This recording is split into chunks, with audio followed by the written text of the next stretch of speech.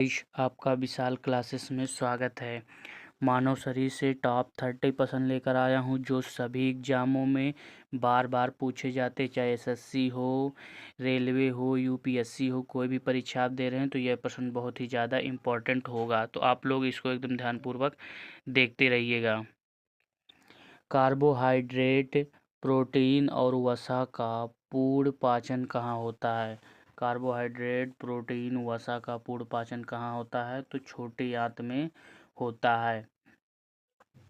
एक वयस्क मनुष्य के मुख में केवल कृंतक होते हैं। कितने कृंतक दांत होते हैं एक वयस्क मनुष्य के मुख में? तो कितने दांत होते हैं? तो 8 दांत होते हैं। कौन से? कृंतक। कृंतक कितने होते हैं? 8 दांत होते हैं। सभी प्रश्न बहुत ही ज़्यादा इम्पोर्टेंट हैं। नेक्स्ट क्वेश्चन, रक्तचाप को मापने के लिए चिकित्सकों द्वारा उपयोग किए जाने वाले उपकरण का नाम बताइए। जो रक्तचाप जो मापा जाता है चिकित्सकों द्वारा, उस यंत्र का क्या नाम है? तो स्फैग्मो मैनोमीटर है। क्या है? स्फैग्मो मैनोमीटर। पाचक एंजाइम लार में पाया जाता है। जो पाचक एंजाइम लार में पाया जाता है उसका क्या नाम है? तो क्या नाम है? एमाइलेज। एमाइलेज। क्या नाम है? एमाइलेज। किस जीव की छोटी आंत अपेक्षाकृत लंबी होती है? कौन सी जीव है जिसकी आंत क्या है, जो छोटी आंत है वो अपेक्षाकृत क्या होती है? लंबी होती है। तो किस जीव की होती है? तो गाय की होती है। अमाशय में बनने वाला एक प्रोटीन पाचक एंजाइम है। अमाशय में जो बनने वाला प्रोटीन पाचक एंजाइम कौन सा है? तो कौन सा है? तो पेप्सिन है। कौन सा है? पेप्सिन है। नेक्स्ट क्वेश्चन, जठर रस में डुबोने पर पीएच पेपर का रंग कैसा हो जाएगा? तो कैसा हो जाएगा? तो लाल हो जाएगा। कैसा हो जाएगा? लाल हो जाएगा। जब जठर रस को किस में डुबोएंगे? जठर रस में डुबोने पर पीएच पेपर का रंग कैसा हो जाएगा? तो लाल हो जाएगा। दंत क्षय किस पीएच स्तर पर शुरू होता है? तो किस पर शुरू होता है?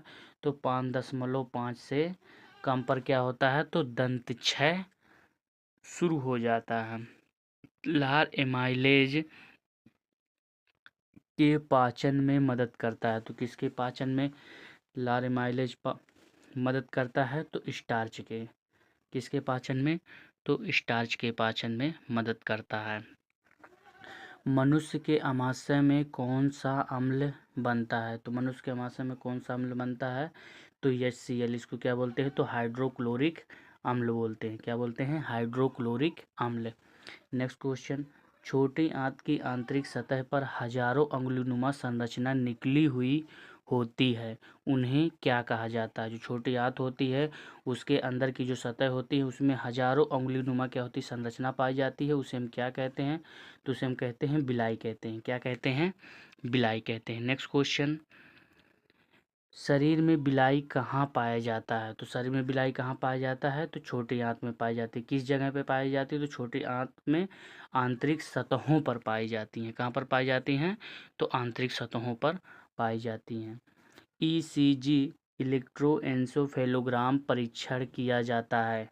ECG परीक्षण किया जाता है किस जगह पे किया जाता है? तो मस्तिष्क में किया जाता है। कहाँ पे किया जाता है? तो मस्तिष्क में किया जाता है। पितरस स्रावित करता है। पितरस क्या स्रावित करता है? पितरस स्रावित करता है। तो पितरस कहाँ स्रावित होता है? क्या होता है? पितरस कहाँ से स्रावित होता है? तो कहाँ से स्रावित होता है? तो यकृत से स्रावित होता है। कहाँ से? यकृत से। मानव में पितरस का स्राव होता है। पितरस का स्राव कहाँ से होता है? तो यकृत से होता है। शरीर के किस भाग में पितरस का उत्पादन होता है? शरीर से किस भाग में पितरस का क्या होता है? उत्पादन होता है। तो कहाँ से उत्पादन होता है? तो यकृत से उत्पादन होता है। कौन सा पदार्थ पित्ताशय में संग्रहित और सांद्रित होता है? क्या होता है? संग्रहित और सांद्रित होता है। तो कौन सा पदार्थ होता है? तो पित्त होता है। कौन सा पदार्थ? पित्त होता है। पाचन के बाद प्रोटीन परिवर्तित हो जाता है। पाचन के बाद प्रोटीन किस में परिवर्तित हो जाता है? तो अमीनो अम्ल में परिवर्तित हो जाता है। किस में परिवर्तित हो जाता है? अमीनो अम्ल में। मनुष्यों में भोजन के पाचन की प्रक्रिया में शुरू होती है और में पूर्ण हो जाती है। तो कहाँ से शुरू होती है? मुंह से शुरू होती है और छोटी आंत में क्या हो जाती है? पूर्ण हो जाती है। जो हम लोग मनुष्य में जो भोजन के पाचन की जो प्रक्रिया होती है वो मुख से क्या होती है? शुरू होती है और छोटी आंत में जाकर क्या हो जाती है? पूर्ण हो जाती है। किस पशु में छोटी आंत सबसे छोटी होती है? तो किस पशु की होती है? तो शेर की होती है। किसकी होती है? शेर की। किसकी होती है? शेर की। मानव शरीर में पाई जाने वाली सबसे बड़ी ग्रंथि कौन सी है? तो मानव शरीर में पाई जाने वाली सबसे बड़ी ग्रंथि कौन सी है? तो यकृत है। कौन सी है? यकृत है। मानव शरीर का सबसे बड़ा आंतरिक अंग कौन सा है? तो सबसे बड़ा आंतरिक अंग कौन सा है? यकृत है। और सबसे बड़ी ग्रंथि कौन सी पाई जाती है मानव शरीर में? तो यकृत पाई जाती है। सभी बहुत ही ज़्यादा इम्पोर्टेंट है परीक्षा व्यू से।